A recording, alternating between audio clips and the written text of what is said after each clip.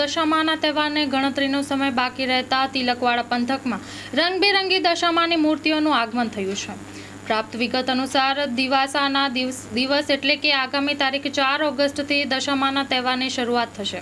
આ તહેવારને હવે ગણતરીના કલાકો બાકી રહ્યા હોય ત્યારે તિલકવાડા પંથકમાં દશામાના તહેવારની તડામાર તૈયારીઓ ચાલી રહી છે અને ભાવિ ભક્તોમાં દશામાના તહેવારને લઈને ભારે ઉત્સાહ જોવા મળી રહ્યું છે।